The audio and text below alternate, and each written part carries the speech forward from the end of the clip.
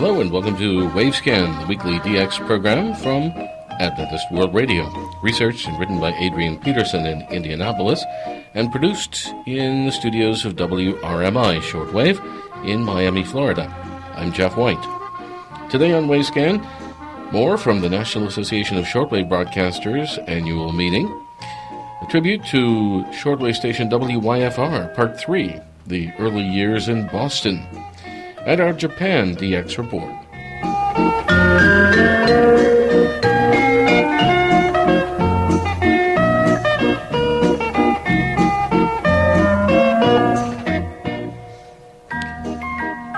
In the past editions of Wavescan, we have been presenting part of a presentation by Dr. Dal Chow, president of Adventist World Radio, and he's also a newly elected member of the NASB Board of Directors. The NASB is the National Association of Shortwave Broadcasters here in the United States, and its annual meeting took place in May in Birmingham, Alabama, at the headquarters of WEWN Shortwave. Today, we have the next part of Dr. Chow's presentation. North America does not have such restrictions as other places, so we have other ministries here that will take care of that, so we don't target North America. We do live in North America. If you live in America, you could hear us as well. Satellite users may be able to hear AWR via one of our 4 satellite feeds. Or you could go to our website, scheduleawr.org, and find our schedule in any language in the world. Something is going on as I speak, round the clock. What is the shortwave radio? This is just a rehearsal for many of you. And I use this to educate a little bit our people sometimes in the different forums I go to. As you all know, shortwave bands are located between AM and FM, and we have to have a special receiver for that. Radios with shortwave bands can be obtained economically. I bought a radio, in fact, a few dozen of them, in Kathmandu, Nepal, for $4.75 a piece. 7-band radio. I have one in my office. And I gave it out to the listeners. We had a listeners' reunion in Kathmandu. And I gave it to them to go out and monitor. We have a very strong ministry in Nepal. On local radio as well as shortwave. And podcast. $4.75 a piece on the streets. Now, shortwave, mind you, that is very affordable for anywhere in the world. So it is very inexpensive. The signal travels thousands of kilometers or miles and go almost around the world. Some people tell me all the way it bounces back, as you know. We can't do that with FM or AM. So shortwave is our mainstay to reach faraway places and difficult areas in the world. We continue to do that. We believe in that. You have probably heard that Voice of America, BBC, Deutsche Welle, even Radio Netherlands recently, have cut back dramatically, if not totally in some cases, on their shortwave broadcast. Have you heard that? And if you look carefully, it's mostly because of a couple of reasons. One is financial exigencies. Some of these countries are having difficulty funding, continue to fund those things. Secondly, the political arena in the world is changing. Some places faster, some places slower. So the political agenda of the Voice of America, let's take the Voice of America for example, it is not the same today as it was during the Cold War. Russia is open, basically. We have programs on FM stations in Russia today as I speak, on the national radio network of Russia with over 1,500 stations across Russia. We're on it every day. That was unheard of 25 years ago. So these big outfits are changing their strategies, and rightly so, because their agendas are changing. And I tell our people, our agenda hasn't changed. It's the same. So people who live in those countries still need to hear what we have to tell them. And many places they can only hear it through shortwave. We also use FM, as you'll see, as you heard. Again, is it obsolete? Well, no, not quite. I read somewhere that there's over 1.5 billion shortwave radio receivers still in the world. I was in the Congo recently, Democratic Republic of the Congo. Congo split years ago, and they have 2 Congos. They have Congo Brazzaville and Congo Kinshasa, capital cities. I was on the other side, the Congo Kinshasa. Big country, poor country. Millions of people. Our leader in in Lubumbashi, the city way down south, beautiful city of Lubumbashi. I asked him, do your people still listen to radio? Because I hear all the time people is migrating television. They don't want radio anymore. He said, we have at least 97% of our people who listen to radio every day, all day. That's the only means of getting news and information. Many reasons exist. One is people are on the go. They're merchants, they're whatever, farmers. All they have is a little battery-operated radio they put in their pockets or wherever they are on the streets of Kinshasa or in the fields where they're working, they listen to the radio. So the answer is there's a lot of people still listening to radio in the world. Some research shows that our shortwave listeners are growing. Some would say they're not. With shortwave penetration as its highest level in the developing countries, 98% of households in Zimbabwe alone, I got that recently, have shortwave radios. People in North America don't even listen, don't even know what shortwave radio is. You ask many of your people who you know outside of these circles and say, what is that? Never seen one. But that's the main way of receiving information in many parts of the world. Adventist World Radio has over 100 plus stations in South America, affiliated stations, FM and AM. In all the countries of Central America, most of the countries in the Caribbean. Africa is growing extremely fast, Jeff, very fast. While in Lubumbashi, while in the Congo a few weeks ago, they had already installed 2 out of 4 new FM stations for the large cities of the Congo.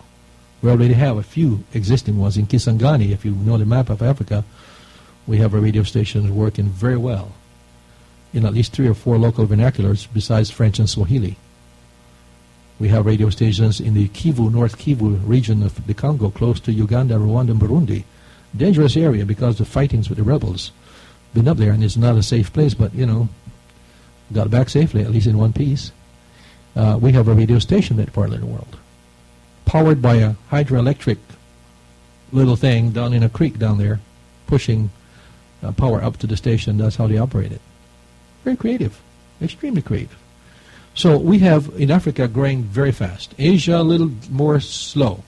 Thailand very strong. Indonesia coming up. Other countries in that region, difficult. India, we do have programs on FM. All India Radio has given us permission to air programs for the first time on their network, FM. We started last year. I went out there to launch the programs from Telugu, from Hyderabad, Andhra Pradesh. We started with that language, and that's just between the fall and now. We have added Hindi, English, and the last one is Malayalam. So it's growing on FM. Millions of people now in India can tune in on FM radio and hear our programs in their own language. Europe, we have a few stations. In Germany, in France, I should say, in Romania, Moldova, we have a station we co-own with another group, evangelical group, very fine relationship. Kiev, growing very fast. Even in Russia, we don't have our own station. We have 2 studios in Russia, radio studios, and producing programs in Zaoski and in Tula, outside of Moscow.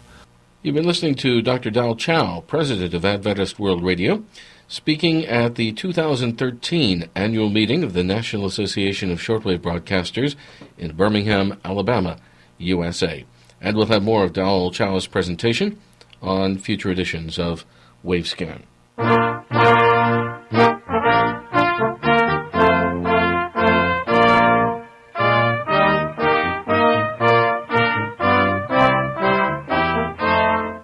Üdvözlöm Önöket a Family Radio naponta jelentkező műsorában, amely Jézus Krisztus Urunk békeüzenetét közvetíti.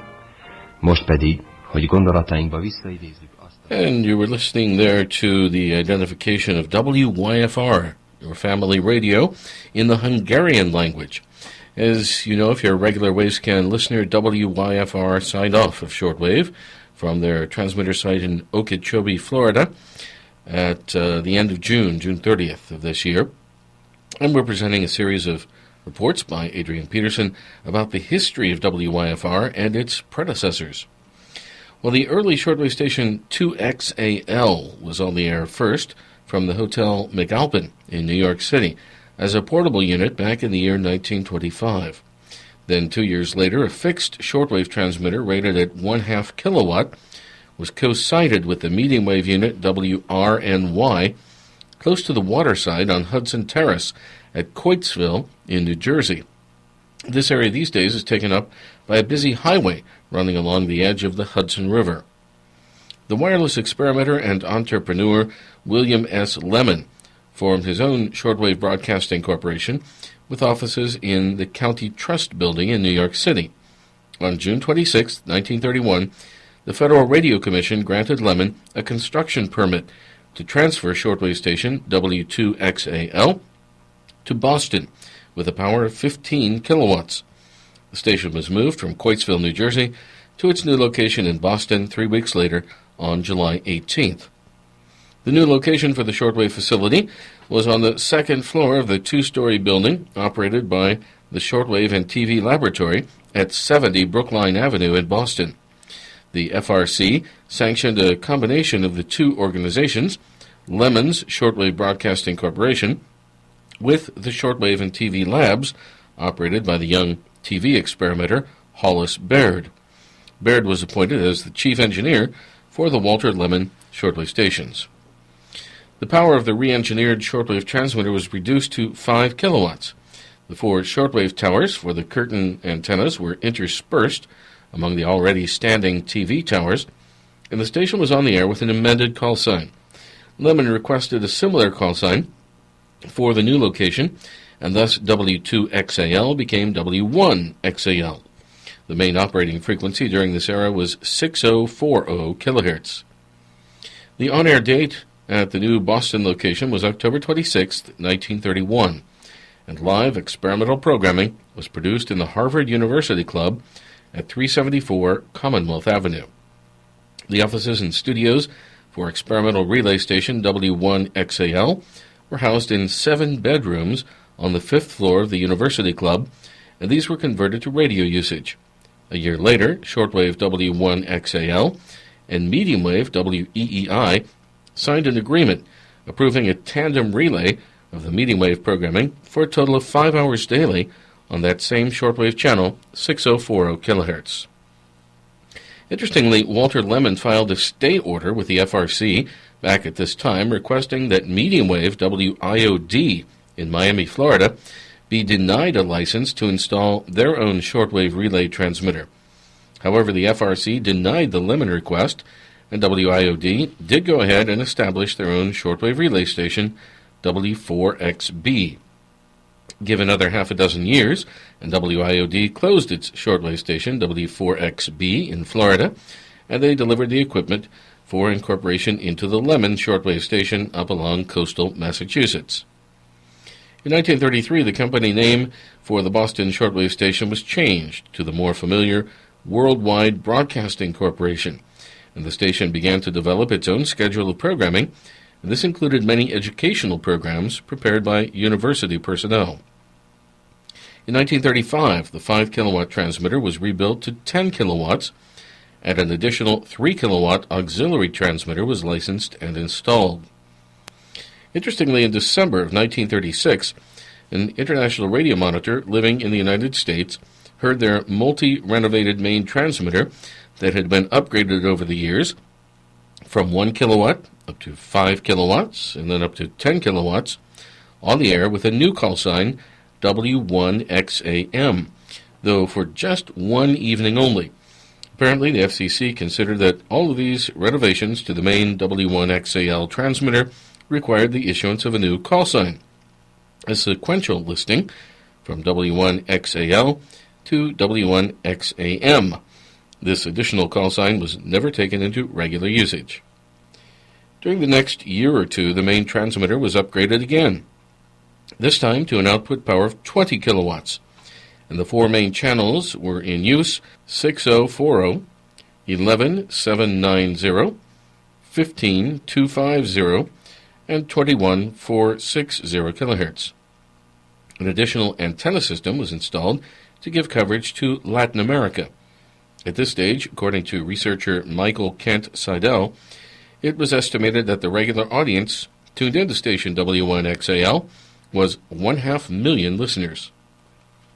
On February 1st, 1937, station W1XAL introduced a series of short programs in special English for the benefit of listeners who were not fluent with English as their second language.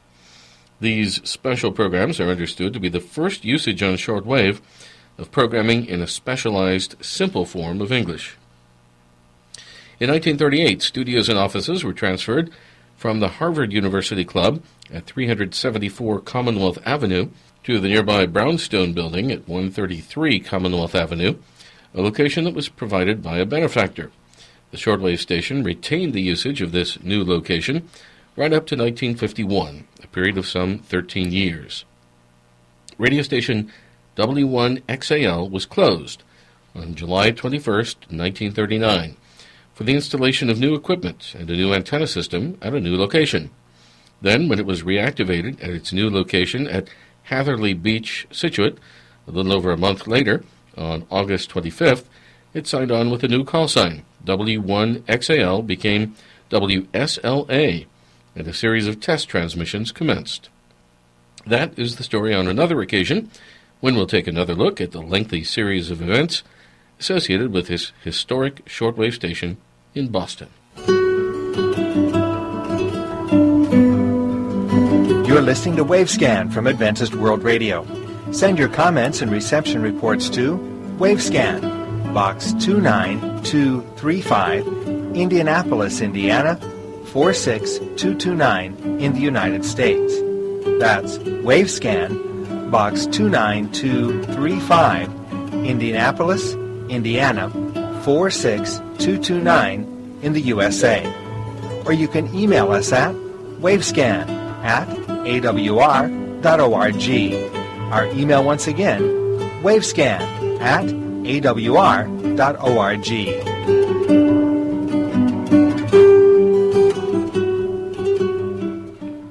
We want to tell you about a special program that's coming up on August 10th. Many of you will remember Ecos del Torbes, a station in San Cristobal, Venezuela, which used to be well heard on the shortwave bands a few decades ago. It only broadcast in Spanish, but it was a favorite of many shortwave listeners for the Venezuelan folk music which it broadcast. Well, Ecos del Torbes is still on the air, but only on medium wave now, on 780 kilohertz.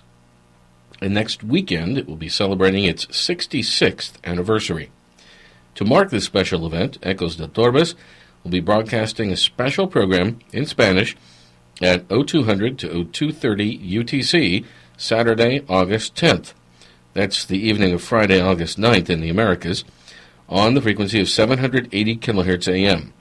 And this special program will be simulcast on shortwave via WRMI in Miami on 9955 kilohertz. It will also be rebroadcast on WRMI at 2230 to 2300 UTC, August 10th, also on 9955 kilohertz. And it can be heard via the live internet simulcast on www.wrmi.net at both of those times.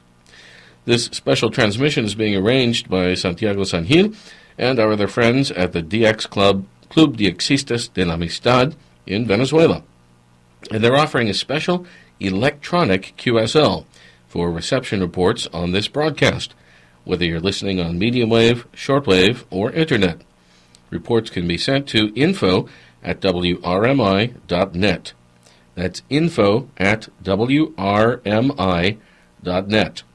Again, the times are 0200 to 0230 and 2230 to 2300 UTC, August 10th, on 780 kilohertz AM from Venezuela and on 9955 kilohertz shortwave from Miami. Esta es Ecos del Torbes, su emisora predilecta. Ecos del Torbes, con la hora 7:56. Ecos del Torbes, dio la hora. Raíces sonoras por Ecos del Torbes, su emisora predilecta. Now, let's go to Yukiko Tsuji and her monthly DX report from Japan. Hello and welcome to the DX Report of the Month from Japan Shortwave Club, edited by Toshi Otake, and I'm Yukiko Tsuji. We have a lot of DX reports from our club members this week. ABC Northern Territory Service from Alice Springs, Australia, was heard on 4835 kHz on July 6 from 1520 to 1532 UTC in English. SIO rating was 433. Pop music and ABC News were aired. Radio Australia from Shepparton was heard on 19000 kHz on July 5th from 2300 to 2400 UTC in English. SIO rating was 353. The programs heard were Radio Australia News, followed by Asia Review at 2305 and Rural Reporter at 2330. Voice of Indonesia was received on 9525 kHz on July 7th from 1200 to 1215 UTC in Japanese. SIO rating was 333. They broadcast news and song. Radio Thailand was heard on 17770 kHz on July 5th from 0530 to 0600 UTC in English. SIO rating was 353. The programs heard were Business News, followed by Stock Report at 0538, Education in Thailand at 0540, Sports News at 0550, and Upcoming Event at 0555. All India Radio from Mumbai, India was heard on 4810 kHz on July 6 from 1532 to 1545 UTC in English. SIO rating was 333. AIR News was aired. Radio Pakistan was received on 15235 kHz on June 25th from 1415 to 1420 UTC in Urdu. SIO rating was 242. Music program was on the air. Reception condition was better than the one on 17520 kHz. Radio Sultanate of Oman was heard on 15140 kHz on July 4th from 2035 to 2102 UTC in Arabic. SIO rating was 353. Talk and Arabic songs were broadcast. Bell Sound was aired at 2100, then ID and the news started.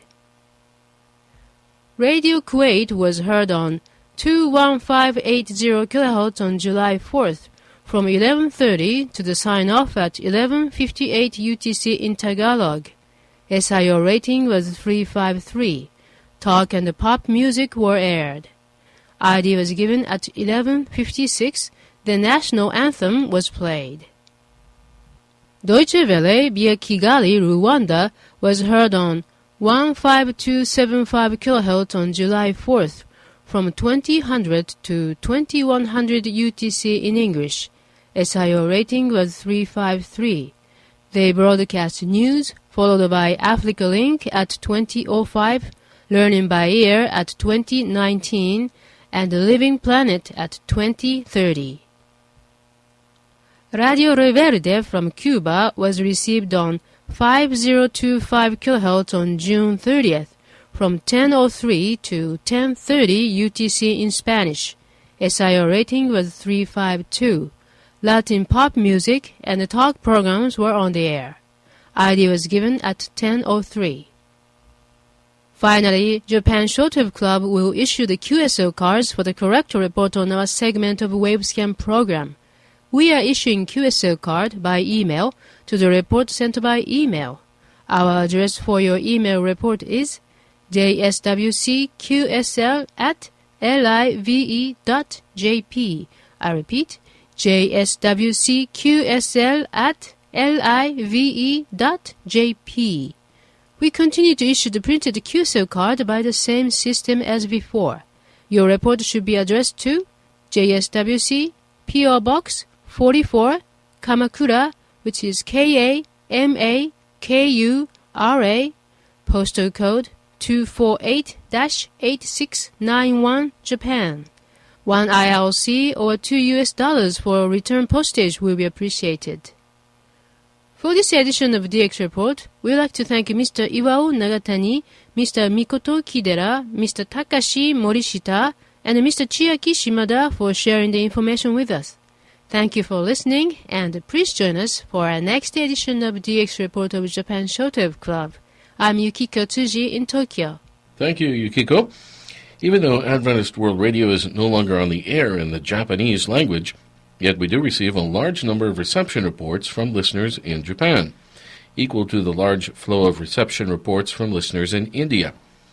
However, the Adventist Radio Studio in Japan is still producing programs for broadcast in the Japanese language, some of which are heard on shortwave. Mr. Motokazu Kato of Nakamura in Japan recently sent us a reception report on one of these shortwave broadcasts via the commercial station Radio Nikkei, and we issued him a courtesy QSL card in acknowledgement. The AWR program director, Aniston Matthews, obtained the schedule of these shortwave broadcasts for us, and they can be heard as follows. On Radio Nikkei, JOZ, first program, Monday through Saturday in Japanese at 22:30 UTC, which is 0730 local time in Japan, on 3925 kHz with 50 kilowatts from Nagara or 10 kilowatts from Nemuro. Also on 6055 kHz with 50 kilowatts from Nagara and 9595 kHz with 50 kilowatts also from Nagara.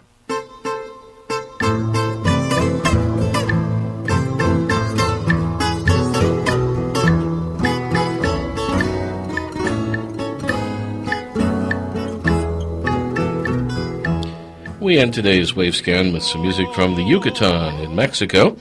This is Chucho Martinez Gil and his song Flor. Thanks for listening to Wavescan, the international DX program from Adventist World Radio, researched and written in Indianapolis by Dr. Adrian Peterson.